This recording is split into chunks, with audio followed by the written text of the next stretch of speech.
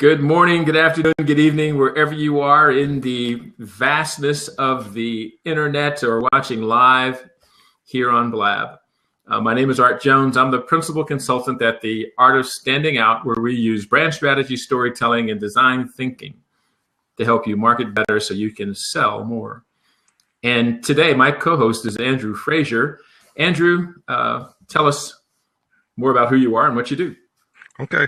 Hey, Art. Good morning, everyone. My name's Andrew Frazier. I'm working with my company's A&J Management, and really what I do is work with organizations and individuals on, strategic planning, strategic and financial management. So really helping them with their businesses to run them more strategically and also to utilize their financial information to help make better decisions. Fantastic. And Andrew and I have been co-hosting this show. This is our third in a series of four. And it's themed in line with the work that Andrew does, running your business like a pro. In other words, we're helping businesses move from being an amateur to being a pro, move from working in your business to working on your business and having an exit strategy from your business or succession plan. All of the kind of things that business owners should think about are the kind of things that Andrew helps you work on. And Andrew, for those that are just tuning in for the first time here in the third episode, why don't you give us a quick review of what running your business like a pro is all about. Okay, great. Really, if you look at the current business environment, business is getting more and more competitive. You find that more and more people are entering the business world as entrepreneurs, and you find more and more women entering the field as entrepreneurs. So given that situation, there's a lot of need, development, and they need a lot of support to be as successful as they can be.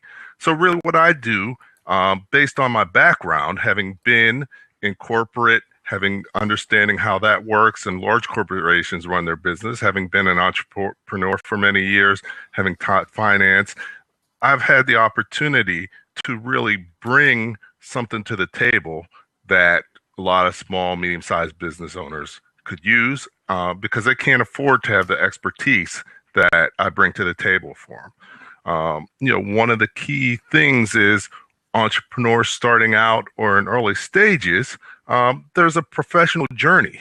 The first stage is really where you're working in the business and you own a job. If you think of it as running your business like a pro, that would be more like the little leagues. Anyone who's played a sports, baseball, little league, you're getting started, you're learning things, but you're working in your business. So you pretty much just own a job. From there, moving to the next level is the minor leagues. So you're moving up, you're managing your business. So you're starting to have information. You don't have to be at your business all the time, so you can take a week off without closing the business or being very worried about your business.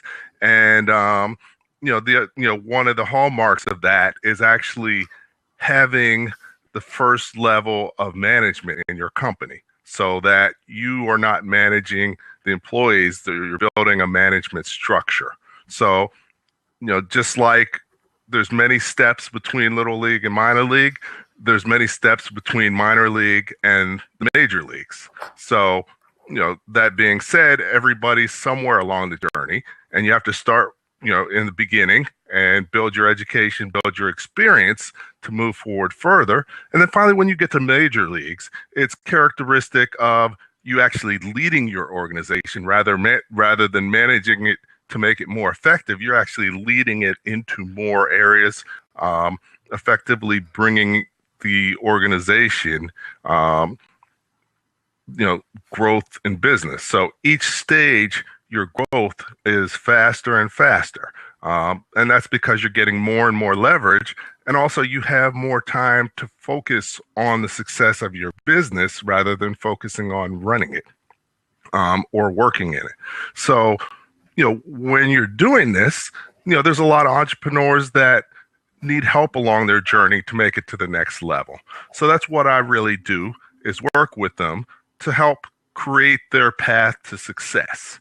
And with their path to success, there's really 4 stages. And it's my AARI methodology. And really what that stands for is assessment, assessing your business structure. And also, it's basically saying, where are you? Where is your organization? What have you done? Where are you now? And what is your vision for the organization? Mm-hmm. From there, we move into analysis, the second phase. And analysis is basically taking information to figure out your business model. Because if you don't know your business model, you don't really know much about your business. And it's surprising how many entrepreneurs have no clue about their business model. So we focus on creating the business model if there's not one. If there is one, focus on optimizing it. So to make sure the business model is, optimal for the type of business and the strategy that you're employing. From there, once we sort of figured out the business model, understand where you are, where you want to go, we put forth recommendations in terms of how to get you there. So, it's putting forth a business strategy to figure out how to get you from where you are to where you want to be. And then finally, implementation.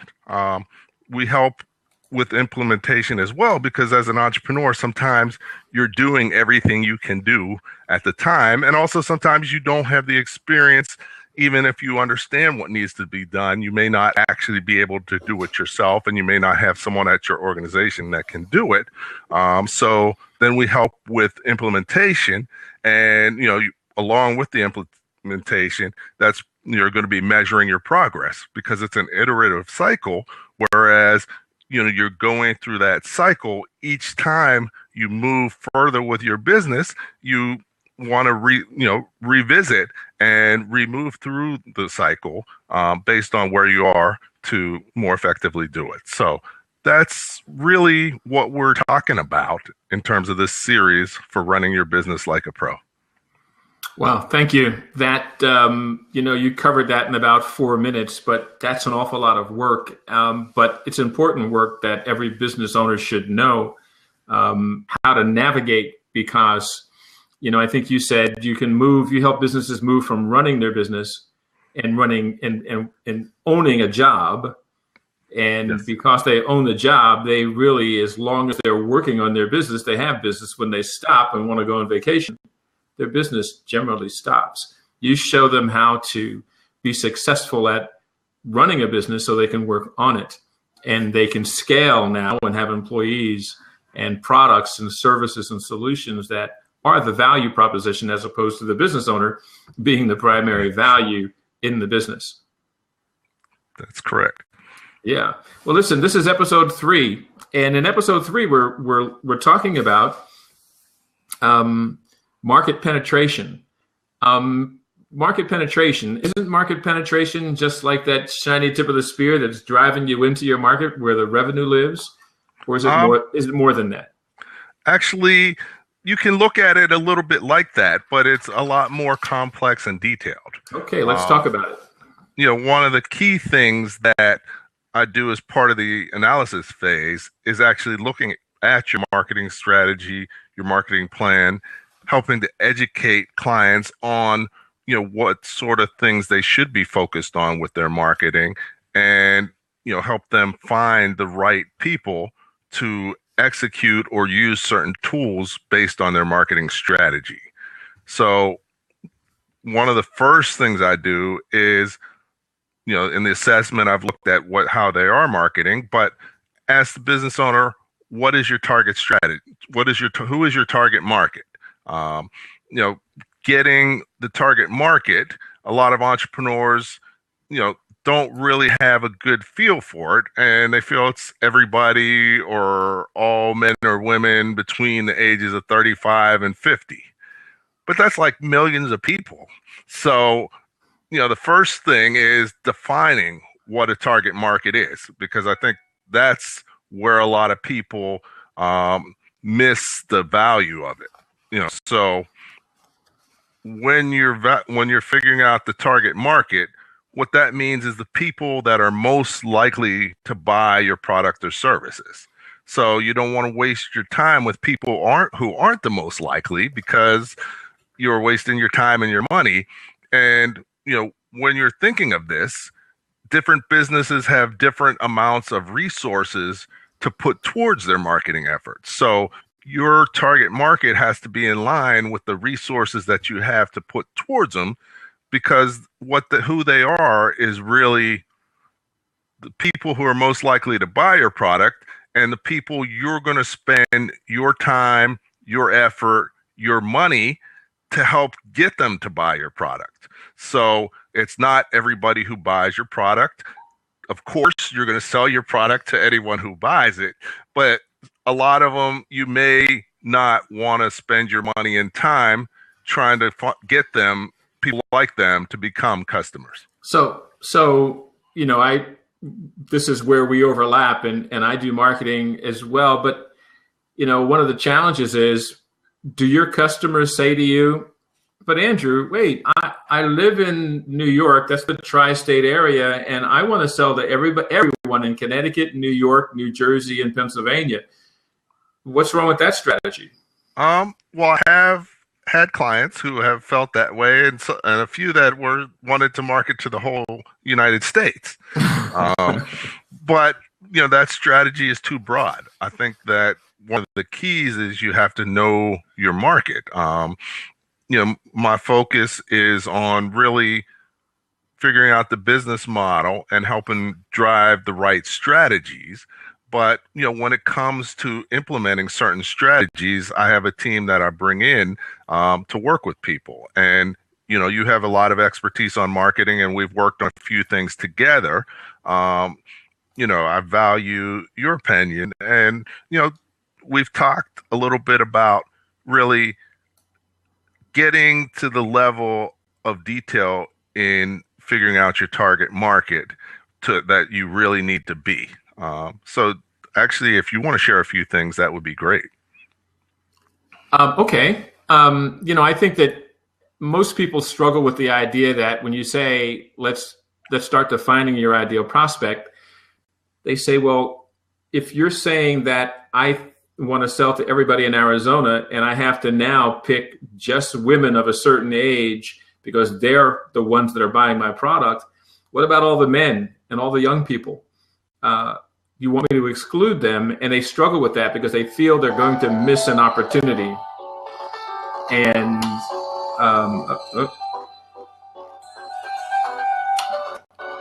sorry about that. No Too problem. many things going on my phone.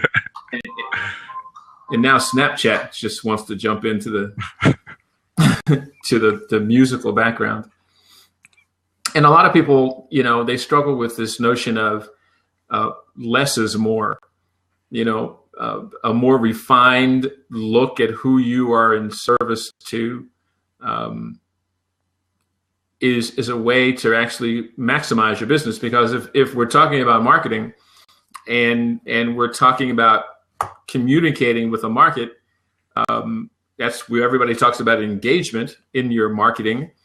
If you don't know who you're marketing to and you're trying to market across all ages, all sexes, all, job descriptions and say one thing that resonates with them all, then you're like a Houdini, right? You're going to have to be a magician to make that work. However, the alternative is to say, yes, I do want to sell to many, but I'm going to settle down. I'm going to follow this guidance and I'm going to pick one and I'm going to refine that profile.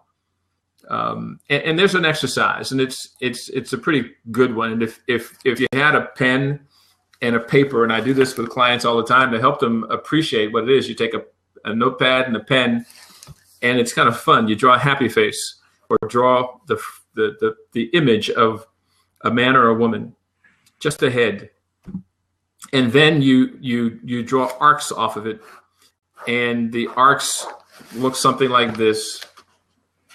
Right, that's not a head, that's an amoeba. But if that was a head in the center, you can tell my artistic ability is not the greatest. And then in each one of those quadrants, you put hear, you put think, you put see, you put say, you put do and feel. Hear, think, see, say, do, and feel. And that face in the center, right? That little Ghostbuster face and those arcs are your ideal prospect, and you're going to build a profile. And if you can't answer these questions, you need to spend more time thinking about who it is that's been buying your product. And when you say, what do they hear?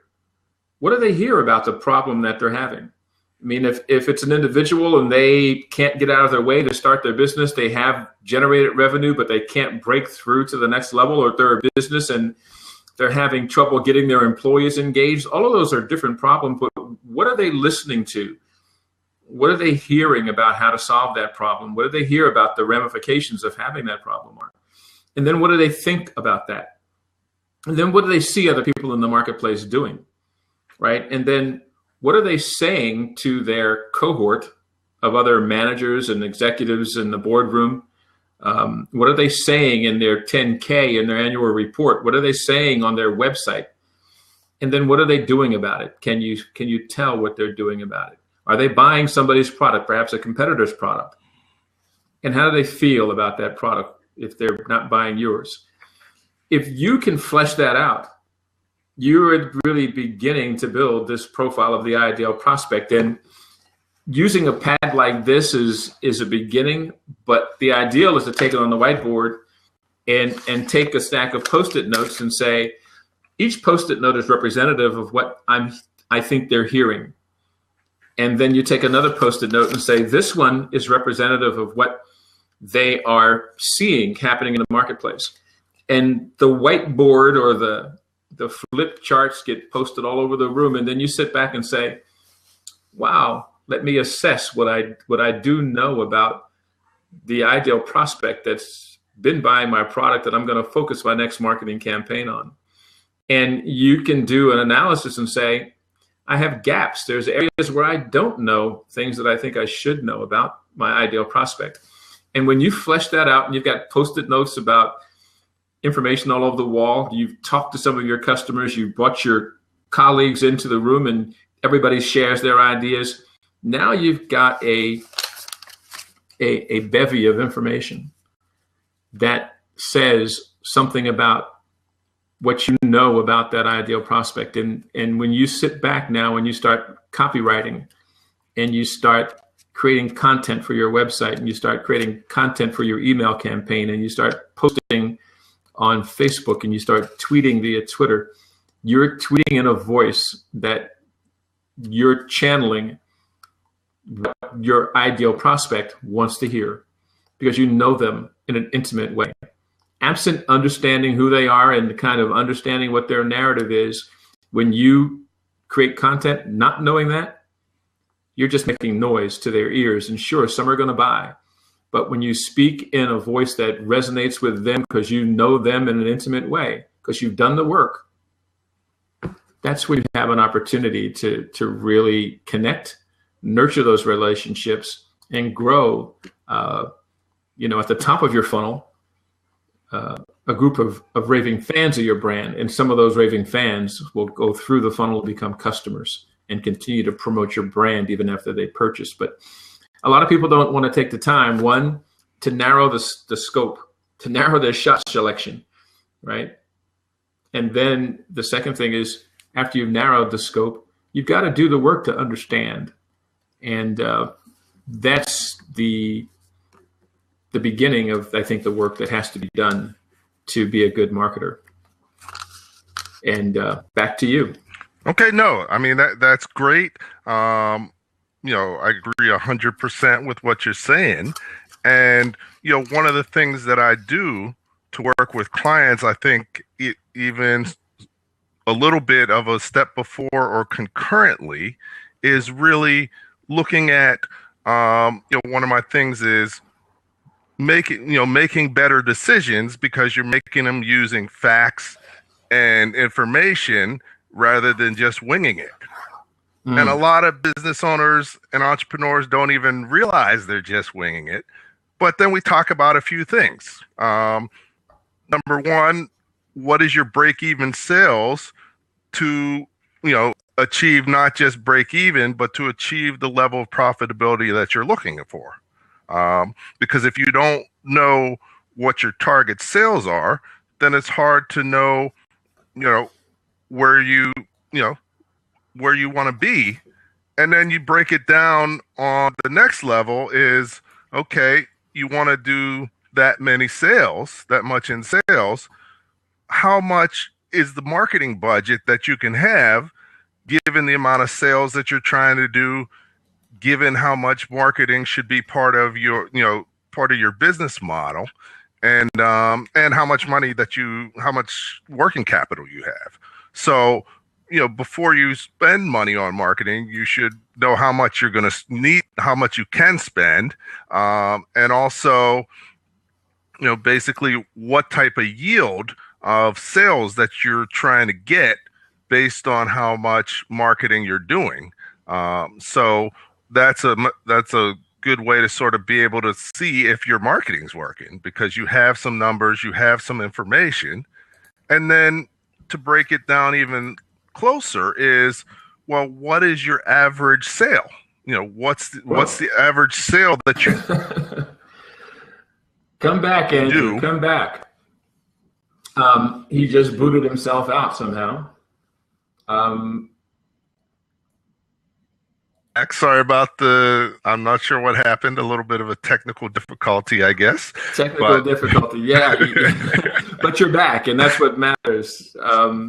So, you were talking about, and my perception of the work that you do, helping small businesses move from amateur to pro, is helping them appreciate the power of data and understanding the data that is in their business, because every business, big or small, has data. And if you open any journal that talks about business, Fortune, Business Week, Fast Company, Wired, all those, Forbes magazine, all of them talk about the magic that big data represents for big brands.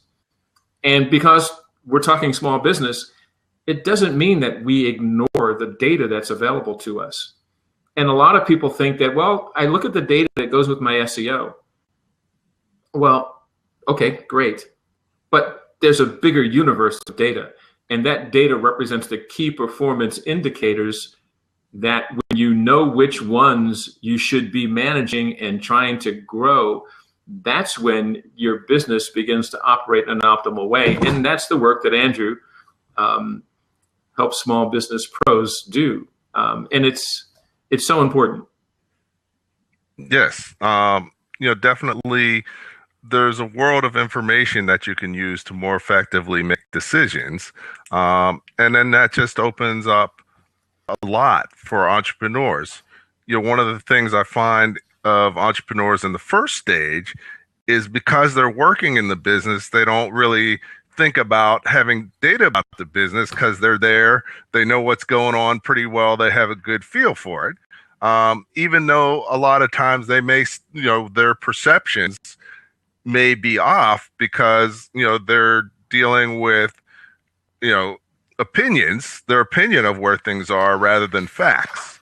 But you can never leave the little leagues without having data, because how are you going to manage your business if you don't have the data? And if you're the only one that has the data, how are you going to be able to not work in your business? Because, that's, a hurdle that a lot of entrepreneurs find, and it's very eye-opening. It's sort of like an intervention where, I'm bringing something to them that they never considered. And then once they consider it, it makes so much sense, because that is that is the perspective that they need to use to be able to get to the level that they're seeking to get. And without having the data, being able to have other people understand their business and moving to the next level of managing your business, and where you're managing your business with information, because you're not in it every day, but you're getting the key information and key statistics, so you can know and project and expect things and manage your team appropriately. Yeah, I think that there's a parallel. People often say that the five people that you hang out with off the most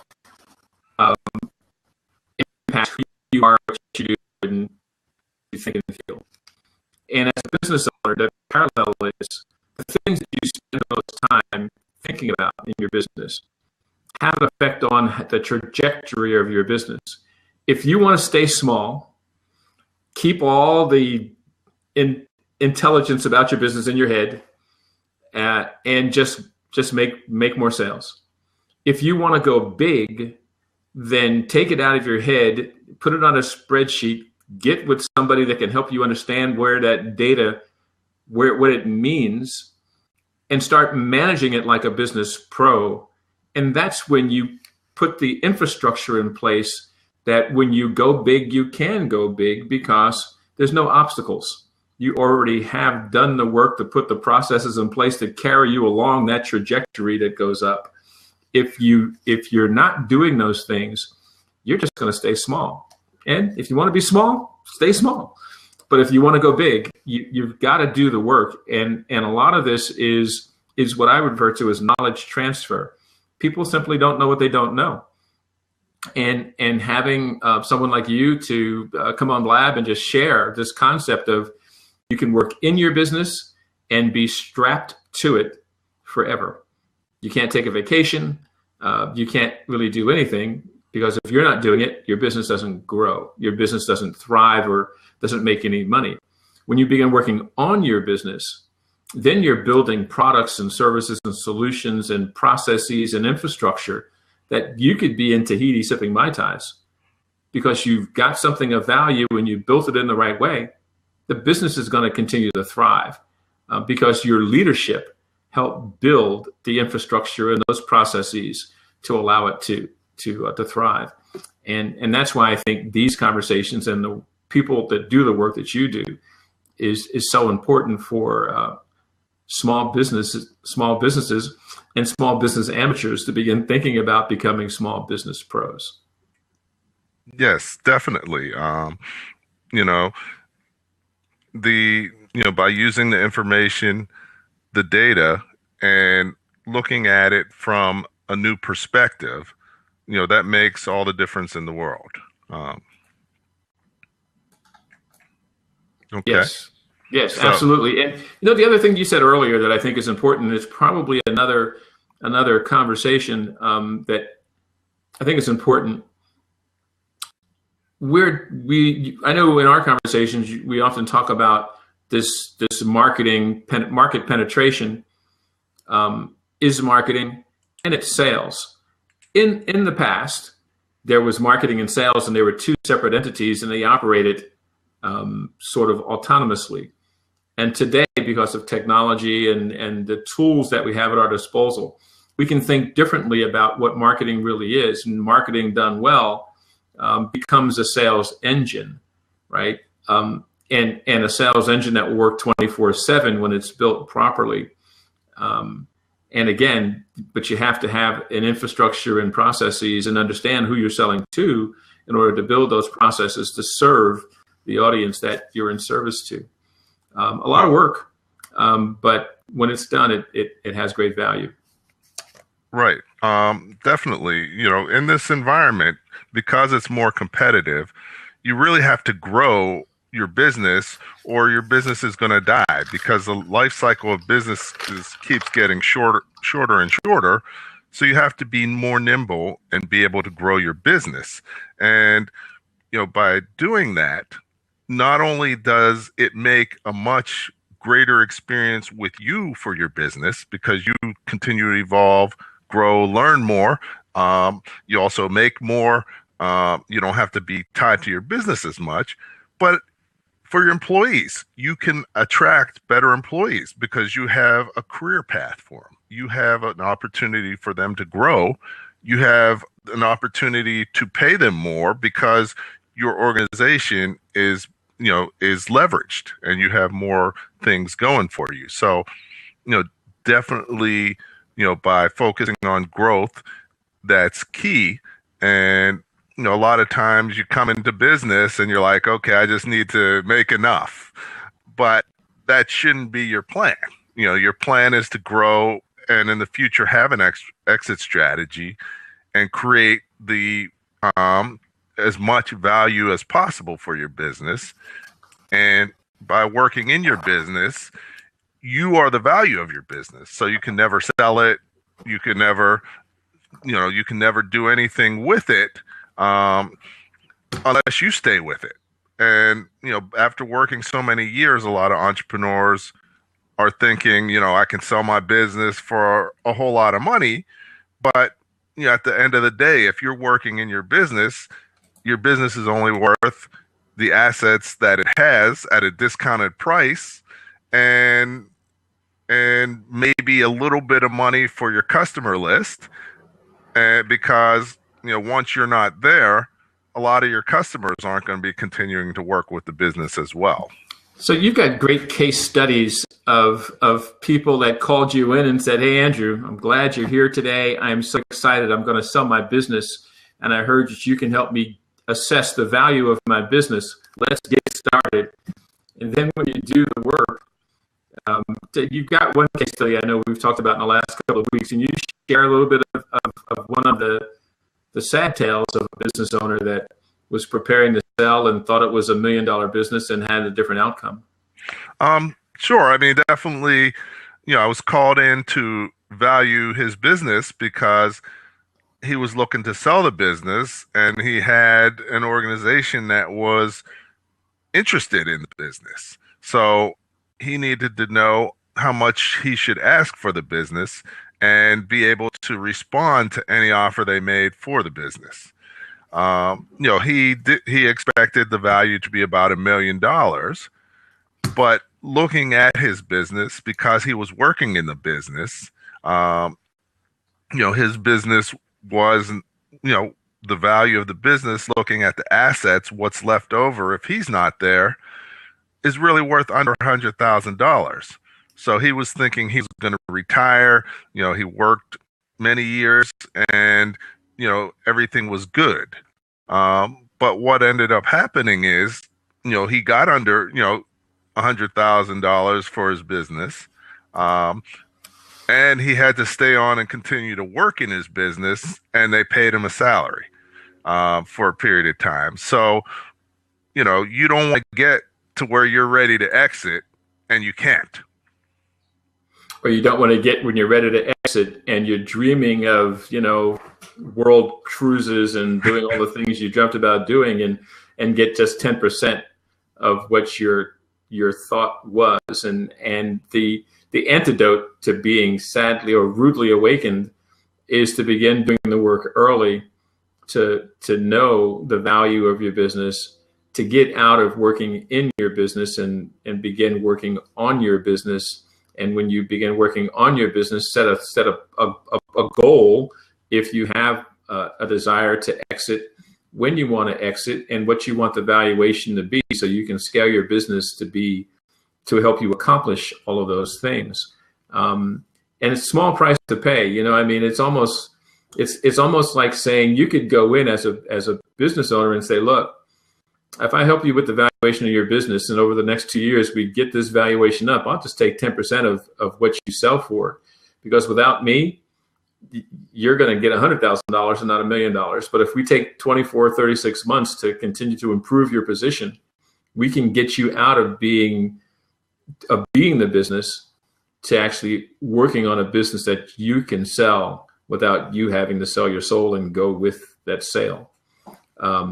It's really good, really great stuff. I've learned so much during these conversations myself. I know it helps me think of my business as an entity that has a trajectory that will help me grow and scale, but absent doing the work that you talk about, understanding the key performance indicators, that's just a dream.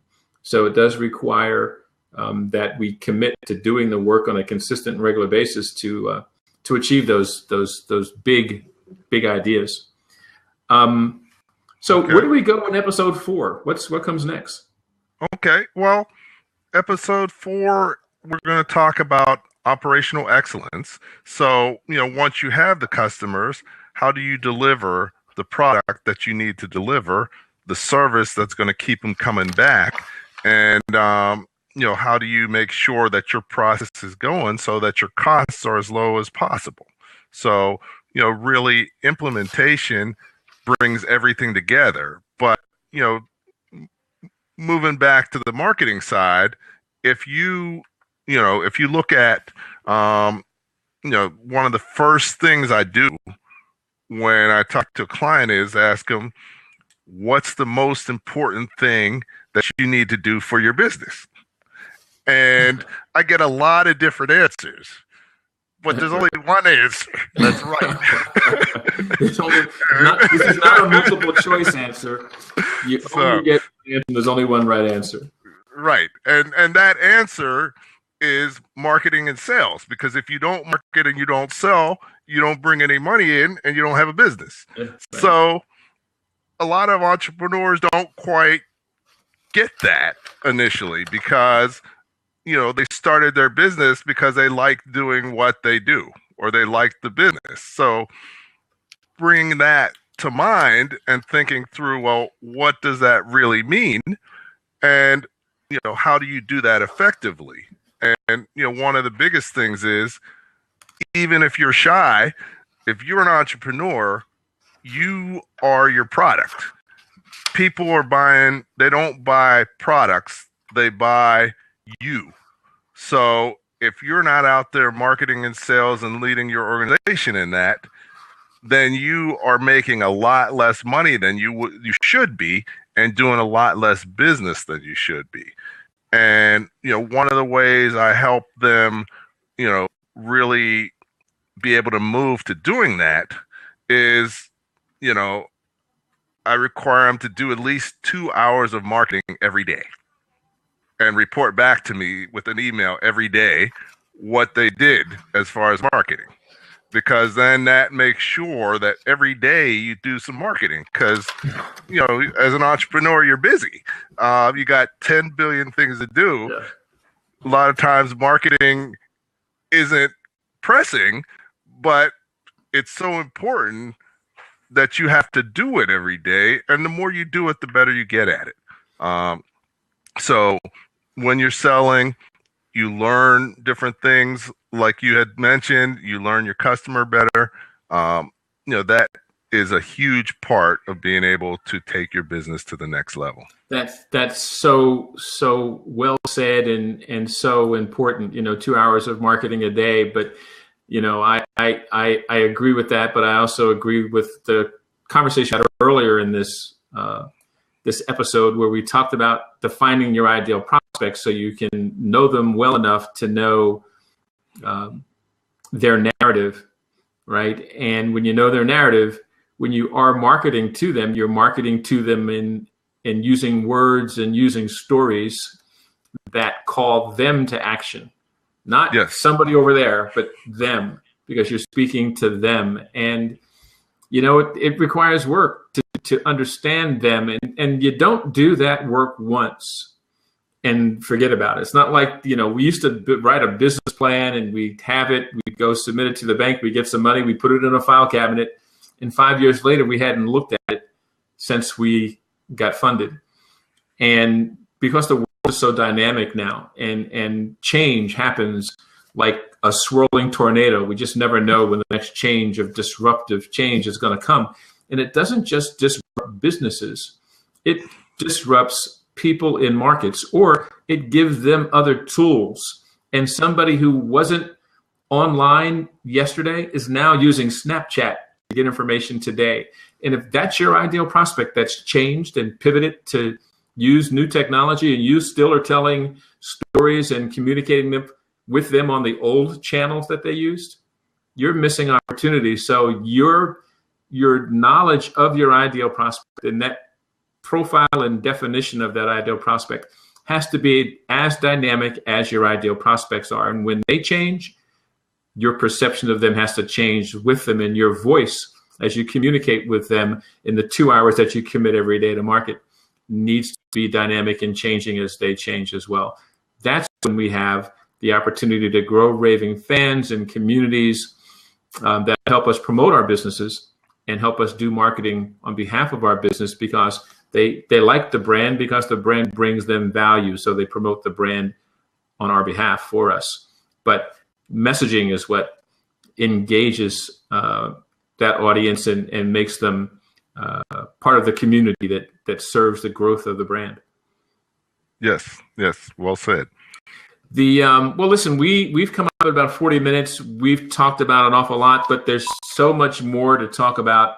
And next Friday, we'll continue this conversation where we will talk about, what are we talking about again? We're talking about operational excellence and integration. Operational excellence. And, if you know what your key performance indicators are, if you know who your ideal prospect is, let's put business processes in place that kind of automate access to that information.